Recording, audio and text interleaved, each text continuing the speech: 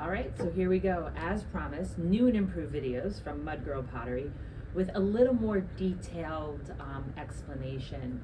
You might have seen from my little All About Me video. I realize that a lot of people ask me a lot of questions about some of my much older videos when I didn't think this was going to be a thing. So I kind of omitted a little bit of info about how much clay I'm using, what clay. So this is the beginning of a whole new series of videos where I give you a little bit more detail. So what am I working with today? Well, somebody in the studio here left a bag of this infamous brown bear. So I'm going to give it a try. I've only thrown with it once, so I have no idea what's going to happen. I'm going to be making a basic cylinder, going right back to, learning how to hold the guitar, where to place your fingers on a keyboard, and how to throw a cylinder. Everything gets based on certain skills and knowledges, and a cylinder is pretty much the most important thing you can learn. As you can see, this is I'm using right square bats because I prefer to use those at times. I make sure that it's not warped. The square bats do tend to warp a little when people use heat guns. So we want to make sure that it's not sort of flopping around. So this is 2 pounds again. I start in this sort of gumdrop grimace shape. I don't like to start with a ball. A ball, when you start to get to larger clay, if you have sort of this roundness, when you put it down, sometimes you might end up with a little bit of an air pocket here. It's happened to me more than once, so I try and get in the habit of starting it in this shape. So obviously, first thing we have to do is centered. Nothing works unless it's centered. We keep our hands very wet, and I always make sure that my wheel is going super fast. With larger clay, I'll slow down a little bit. With smaller clay though, I'm good with the speed. I lock my elbow into my hip bone. I use the entire length of my upper arm and I put it up against my body. This is going to give me the leverage I need to push all that clay into the center. My other arm is going to be attached to my body as well. My hands are going to become one hand attached. My top hand is starting to gently push down on the top to make it stick, but not super flat. We'll explain why in a bit. And now that it's stuck, I'm going to go full power. Heel of my hands. When I say heel of my hands, it's sort of my own expression. What I mean is this whole part of my hand. I don't want to go here. That doesn't have the strength that this has, which is attached to my forearm, which is attached to my upper arm, which is attached to the entire weight of my body. So I'm pushing in. My fingers are not invited at this point. My right elbow is pushing straight down on my thigh, and I'm just sort of hanging out and waiting for that clay to sort of obey me. My hands get a little dry. I slowly take my hands off and go right back on top. Now, you're going to notice that there's the ticking, which I am not concerned with the ticking. The ticking is just the bat moving back and forth. A couple of things you can do. You can find on your floor and stick some dry rocks inside that hole. Always use dry, not wet. Or you can center from this point on with it ticking, and then when you almost had it centered, you just sort of pull your hand back just a little bit so you're almost floating on top. Now, a couple of different troubleshooting that can happen. Sometimes we end up with what I call the Guggenheim, when you've got sort of this spaceship on top of a mound of clay. That's very easy to fix. That's usually the puff of your hand right here is aiming this way, and we want to have it perpendicular to the wheel head. So how do we fix that? We have our hand go perpendicular. We push down on the top. We take our left fingers, top 3 fingers, not our fingertips. We're going to angle them down so that our ring finger is touching that bat, and we're going to act like this is a rib. Very often you don't need tools to do things. You're born with 2 tools called your hands and fingers, so you don't need all these fancy tools. So I'm just going to hang out here. Again, always pushing from the top, from the back. Slowly take my hands off. I'm just going to get rid of this caca right here. And then there, it's centered. How do we know it's centered? I take my finger, I sort of draw a circle in the bat there, and that brown circle should tell me that it's centered. Put your hand on top, not just on top, but you want to have your hands all the way around it. Close your eyes. And if that clay is not wobbling, then you know that it is centered. You cannot do anything unless your clay is centered. Now I want to work with a cylinder, so by making my mound of clay this wide, I'm going to end up making a cylinder that's pretty close to this width. But I don't want to start with something this narrow if I want my cylinder to be wide. I want to start with that base immediately. So I'm just gonna go ahead and sort of flatten out this top. Now I mentioned earlier that I don't put my whole hand on top. And the reason why I don't do that is look at the shape of my hand. It's rounded, and if I put my whole hand on top, that's the shape. So when I do it, I tend to only work on one quadrant. So I'll have this first knuckle here being strengthened by the top fingers right in the center, and I'll push down on 1/4 of it, and I'll wrap my right hand around like this to kind of give me this sort of rounded cat food can shape. Now it's time to open up. I'm gonna go ahead, I'm gonna take one big fat thumb, maybe my other one on top. My elbows again are pushed down onto my thighs. The minute we lift up, the clay is gonna take us wherever we want. So we wanna make sure that we are one tool. I'm gonna take 1 or 2 thumbs. If I use 2 thumbs, I'm not gonna separate. I'm just gonna stack on top of each other. And I'm gonna go straight down. Now notice that my elbows have stayed down on my body. The minute I lift those elbows up, the more likely my clay is to be taken with me. My fingers to be taken with the clay. Maybe a little dry with this brown bear. Okay, so now I am not putting a foot on my cylinder. So it's really important to know at this point if you're gonna put a foot on this or not. If you put a foot on it, that could mean that you're gonna need an additional 2 to 3 ounces of clay. This is exactly 2 pounds of clay. And I'm not really a big fan on feet on cylinders. So I'm gonna go ahead, I'm gonna stop my wheel, take my little nifty pin tool here. I'm gonna stick that down to the bottom. And that is pretty much what I want on my cylinder. Remember, the wire tool may possibly leave a decent amount of clay down, and you always wanna make sure that you've left enough clay for the floor.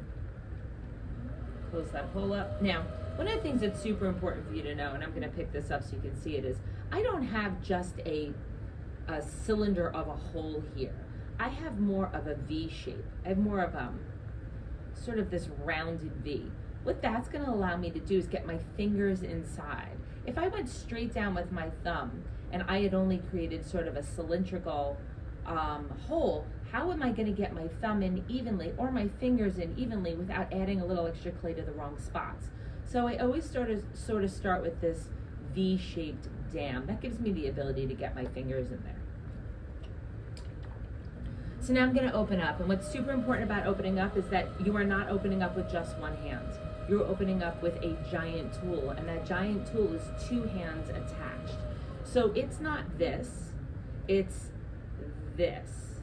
So people very often will throw this off center at this point. And it's usually because when you're pulling, you're not supporting it in the back, so you're pushing this way. You wanna be supporting it in the back, whereas this is your tool. So wheels going super fast, fingers sort of tight inside together, and I'm just gonna pull straight towards me. And I'm gonna come out the way I went in. With the cylinder, I wanna scoop, and then I wanna come out. If I scoop and then scoop up, I'm probably gonna create something that sort of insinuates a bowl. And what we're aiming for is a cylinder. So we're gonna go ahead, very often I have to put my elbow down on my arm for this too. Remember, no reason to go around in circles. All right, so I'm gonna show you what's going on the inside. So as you can see, I'm sort of aiming for this right angle inside. That's what's gonna dictate the cylinder from this point on. If we have something round on the inside, it means the outside's gonna have to be round. And we don't want that. So again, I'm just gonna push at 3 o'clock. You don't have to spin around in circles because the clay comes to you. Now, often sometimes you may end up with, a little piece of clay sticking up here, or maybe when you opened up, you pinched a little. You always wanna compress that down. You wanna start and make sure that this is not too thin. Because when you start to pull, if this is too thin, it's gonna get even thinner. That's gonna ruin the integrity of the walls. So I also want you guys to know that I'm hanging off just a little bit here. That is gonna stop me from leaving that extra clay down on the bottom. So when I open up as wide as the mounds of clay. So right now I have about 4 inches on the inside. That's gonna allow me enough space to get my hand in there. It's also gonna make sure I don't leave any clay as I start to go. So now my wheel is doing 100 miles an hour, as fast as possible. So now I wanna slow it down because as I start to pull those walls, the walls are gonna start to get thinner, they're gonna lose their strength, and they're more likely to give in to the wheel's desire to make a bowl. So Centrifugal force wants things to come out and become a bowl. We are now fighting against that. So when we start to pull, we want to slow our wheel down, not too slow. You still want that speed of that wheel to help you, but you also want to be pulling towards the center. And what that's going to do is as you keep it within here, it's not going to be pulled by what's going on out here. So let's get started. What I do is I dip my entire sponge in water. I kind of hold it like a finger taco, and I'm actually going to touch with my finger, and the sponge is going to have to happen after. I curl my fingers on the inside. If I have my fingers straight, I'm more likely to push the clay that way. Can't get a really good scoop unless I curl. My elbows are attached. My thumb is touching my hand. I'm going to go down on the bottom. I'm going to scoop up that clay, and with every revolution, I'm going up just a little bit until I get to the top up here. Now what I've just done is I've taken all the thick parts in the center and I've made them thinner. So I put no pressure down on the bottom, a lot in that sort of thick bulbous part, and then I loosened up. And now I don't have to think about what's thick and what's thin anymore. I can now just put even pressure as I'm going up. And notice I'm aiming this way. My bat is a little loose, so I'm just gonna be a little mindful of that. Start down on the bottom, get in on under there, and now I'm going to start to scoop, scoop, scoop. Notice my elbows are staying down on my thighs. And every time I go up, around, I go up just a little until I get to the top, and then I compress that lip. Go. Compressing your lip is with two hands. You're sort of creating a mold for where that clay is going to go, and you're pushing that clay in. If you get too thin, you cannot make it thick again. All that does is sort of fold it around. So I'm going to go down here again, slow down my wheel just a little bit more. I'm not sure if you can see my head, but my head is on the outside. I do not look at the top of my pot.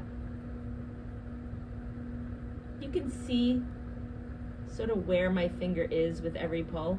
You can notice I leave the top a little thicker.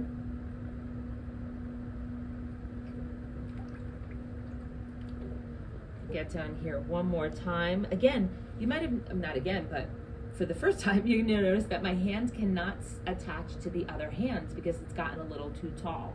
So what I'm gonna do is I'm gonna try not to talk in between pulls because this arm is gonna remember the stability from the other three pulls. So now this arm remembers how stable it was and it's able to kind of hold its spot, but as I get up, I'll attach near the end. So I'm down here. I'm gonna go ahead and fix that sort of bulbous area there by putting a little bit more pressure. And now my hand is gonna come out. I'm gonna gently flip my thumb over to touch that other hand. And I'm gonna go up until I get to the top, and then I compress. Now, again, I'm just gonna sort of straighten this out a little bit. So a lot of you guys are buying all of these tools, these profile ribs and all of that sort of stuff. I'm not a fan. Some of them I like. You could do a lot of those shapes with your own fingers and stuff.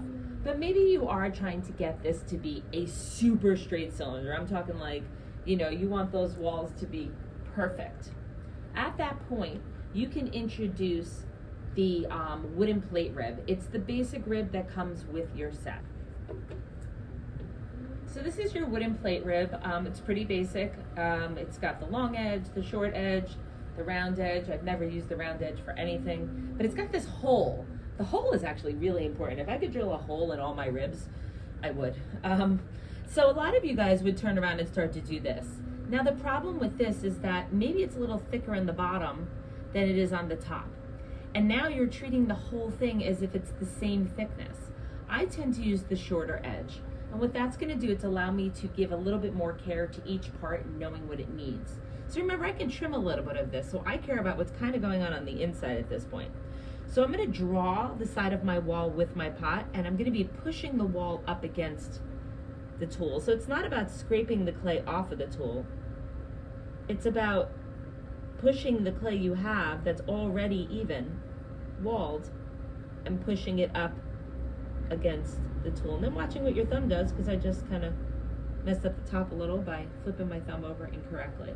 So you can see what I did there. I had my tool just sort of hanging out on the outside. I've got my fingers in that hole. pushing up against that tool. That tool is not dragging up against the wall. The wall is coming out to meet that tool. And when I come off, I come all the way off to the top. Then I go ahead and compress my lip. So I'm gonna kind of at this point do what we do here. We call it a pot. You're gonna get the water out of the inside. We're doing that gently. You don't want to push too much because your wall's a little thin here and it may sort of mess up that outside.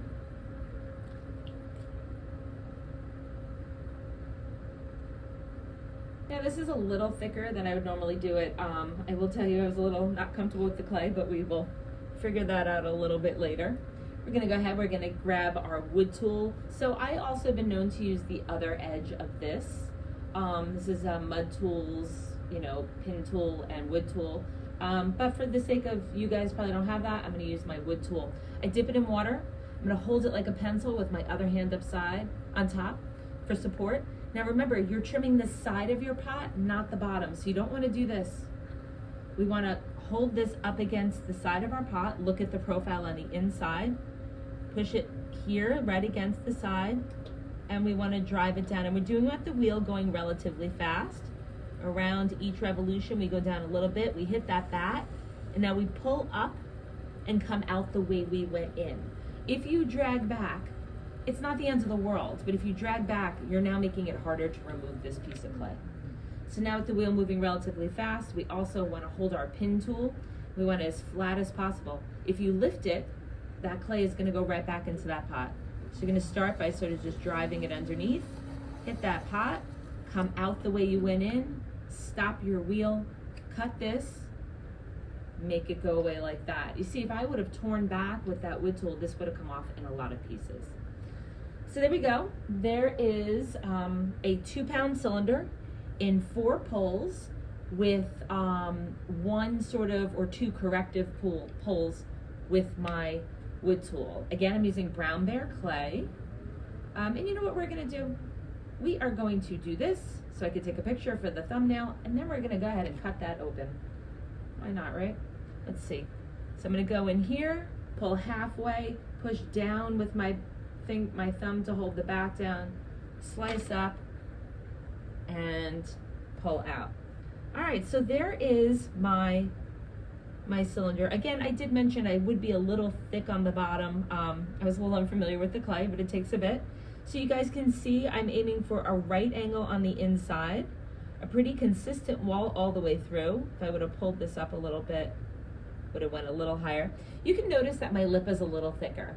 Most of my work has the lip a little thicker. You may have seen from my other videos that I always talk about the plastic rim on your bucket and how important that thick plastic rim is in maintaining the roundness. I think that's super important with clay as well. But that's just me. So just to show you guys how I was pulling my walls, I do this with all my classes, by the way. I had my finger on the outside, my other hands were inside curled, and I built up. My outside hand is always a little lower than my inside hand because that's where it starts, right? Here's where the floor is, and here's where my finger is. And then I sort of pulled up. You'll notice that I don't pour water all over my pot. I don't understand when people do that because then the water just hangs out in the bottom. Then you're constantly wiping it, and then you get a groggy floor. And that's pretty much it. 2-pound cylinder, 4 poles, and I look forward to kind of redoing all my videos with you. See you all soon, and remember, just go back to the cylinders. I promise you, it will fix everything that's wrong with all of your other throwing.